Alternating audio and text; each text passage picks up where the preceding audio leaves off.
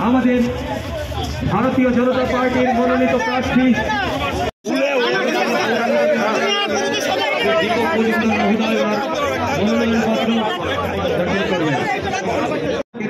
আপনারা সম্পন্ন করবেন। সবাই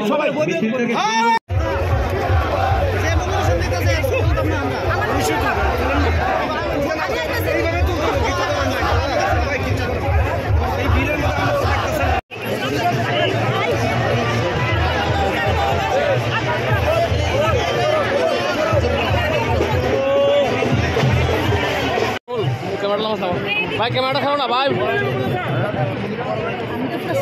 দিকে বলছে চতুর্দিকে বলছে দিকে দিকে বলছে